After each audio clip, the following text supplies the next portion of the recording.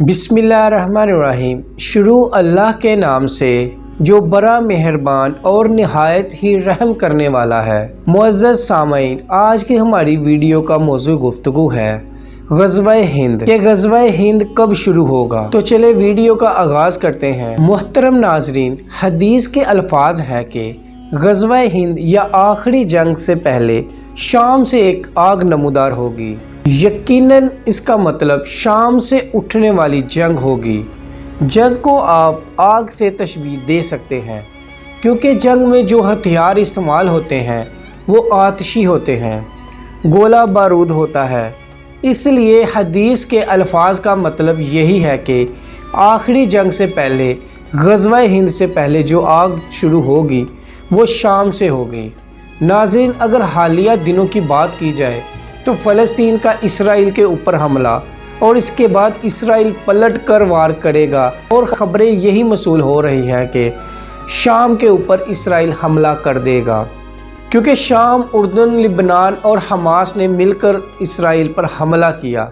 इसलिए इसराइल अपना बदला लेने के लिए फ़लस्तीन के अलावा इन अरब ममालिक पर भी हमला ज़रूर करेगा, जिनमें शाम भी शामिल है। अब मुलाहिज़ा करते हैं कि शाम से उठने वाली ये जंग कैसे पूरी दुनिया पर छा जाएगी और एक आलमी जंग में तब्दील हो जाएगी।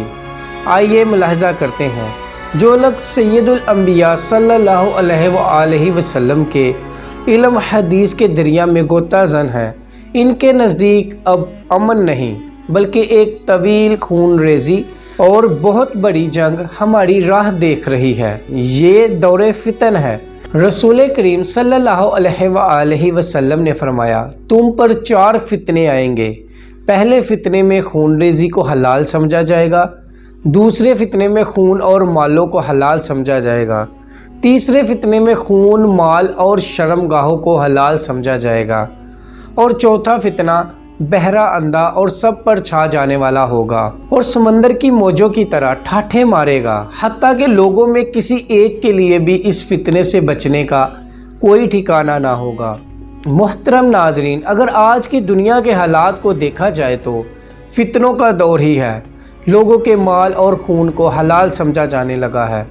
कत्ल और गारत आम हो गई है, चोरी और डकैतियाँ आम हो गई है, बेहयाई इतनी बढ़ गई है कि औरतें अपने जिस्मों को ढांपने की बजाय इनकी नुमाइश करती हुए फ़ख्र महसूस करती है। और बाकी है तो चौथा फितना यानी दज्जाल। ये फितना मुल्क शाम में फिरेगा और इराक़ को ढांप लेगा और जज़ीरा अरब को अपने हाथ और पाँव से रौंद डालेगा।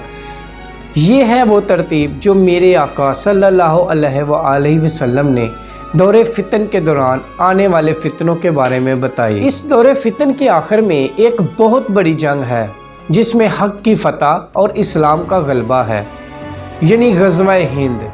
हज़रत इब्राहीम अलैहिस्सलाम की नस्ल से 3 मज़ाहिब ने जन्म लिया, यहूदियत, ईसाईयत और इस्लाम। इन तीनों मज़ाहिब के लोग इस जंग पर यकीन रखते हैं, लेकिन बहसीयत कौम इस पर पुख्ता ईमान सिर्फ़ और सिर्फ यहूदियों का है, और इन्होंने इज्तिमाई तौर पर पुख्ता यकीन के साथ इसके लिए हिजरत भी की है। ज़रा चंद लम्हों के लिए ये तसव्वुर कीजिए कि आप पूरे यूरोप या अमेरिका के किसी बड़े शहर में आबाद हैं। इनका वहाँ पर वसी कारोबार है, आपका वहाँ बहुत बड़ा घर है जिसमें आप कई दहाइयों से अमन व सुकून और ऐशो इशरत से रह रहे हैं, और ये आपकी कम अज़ कम गुज़िश्ता 6-7 नस्लों का यरूशलेम तक से गुज़र नहीं हुआ। आपकी कोई जज्बाती वाबस्तगी उस शहर या उसके गिरदो नवा के साथ हो।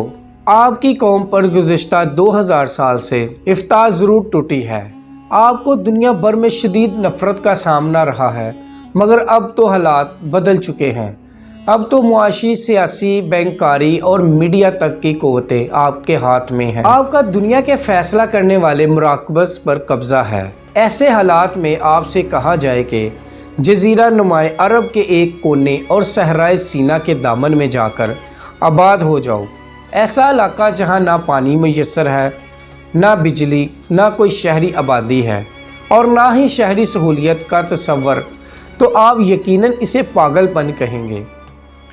لیکن یہودی 1920 سے آہستہ آہستہ اپنا گھر بار اور کاروبار چھوڑ کر یہاں پر آباد ہونا شروع ہوئے۔ افا اور تل ابیب جیسے سرائی علاقوں میں جہاں چاروں جانب ریت اور ارد گرد آباد دشمن جنگ و عظیم 2 ماہ یہودیوں پر شدید ظلم و ستم ہوا، لیکن وہ ڈٹے رہے اور اتحادی افواج کی فتح کے بعد وہ ان ملکوں میں مستحکم ہو گئے۔ ہونا تو یہ چاہیے تھا کہ وہ انہی ملکوں میں رہتے اور اقتدار کے مزے لوٹتے، لیکن وہ یروشلم کے آس پاس آ گئے۔ انہوں نے ایک خود مختار قومی ریاست بنائی، اسے سیکولر نہیں مذہبی ریاست رکھا اور تورات کو اس کا آئین قرار دیا۔ ریاست بندی پہلی عرب اسرائیل جنگ ہوئی، لیکن کسی یہودی میں عدم و تحفظ کا احساس پیدا نہ ہوا۔ کوئی اسرائیل چھوڑ کر نہیں بھاگا، بلکہ آج دن تک امریکہ اور یورپ کے خوشحالی یہودیوں کا وہاں آ کر آباد ہونے کا سلسلہ جاری ہے۔ یہ سب یہاں کاروبار کرنے، شہر آباد کرنے یا کسی پرفضا مقام پر زندگی گزارنے کے لیے جمع نہیں ہو رہے ہیں، یہ ایک بہت بڑی عالمگیر جنگ کے لیے جمع ہو رہے ہیں، جس کے بعد انہیں یقین ہے کہ ان کی ایک ایسی حکومت قائم ہوگی جو پوری دنیا پر حکمران ہوگی اور جس کا ہیڈ کوارٹر یروشلم ہوگا، جہاں ان کا مسیحا آئے گا، یعنی ایک آنکھ والا، ایک گلے سلیمانی دوبارہ تعمیر ہوگا اور وہ اپنا عروج دیکھیں گے۔ تمام امت مسلمہ میں 10% لوگوں کو بھی اس بات کا ادراک ہے، وہ سب کے سب ہم سے لڑنے کے لیے جمع ہوئے ہیں۔ کیا ہمارے ممبر و محراب پر سید الانبیاء کی بیان کردہ وہ حدیث جو متفق علیہ ہے بیان ہوتی ہے؟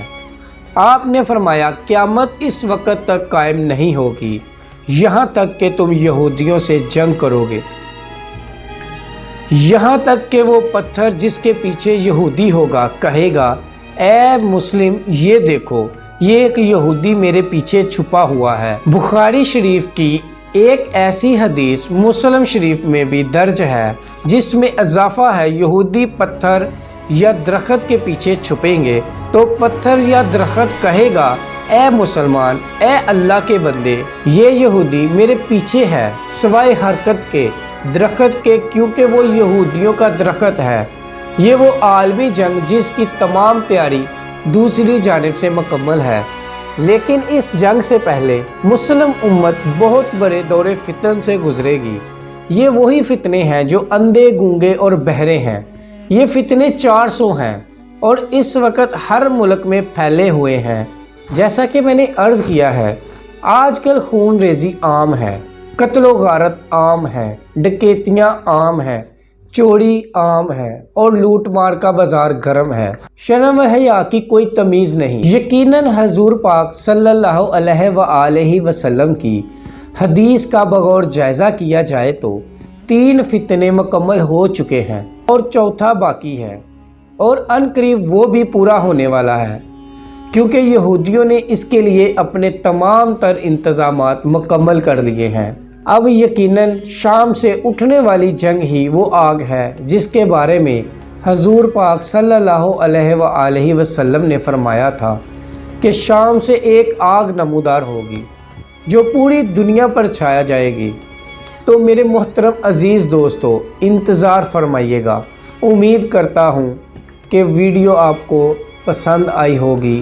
اگر آپ ہمارے چینل پر نئے ہیں تو چینل کو سبسکرائب کر دیں اور گھنٹی کے بٹن کو ضرور دبا دیں تاکہ میری نئی آنے والی ویڈیو بر وقت آپ تک پہنچ سکے۔ انہی لفظوں کے ساتھ میں اجازت چاہوں گا۔ اسی امید کے ساتھ خدا حافظ۔ اللہ پاک آپ سب کا حافظ اور نگہبان ہو۔ شکریہ۔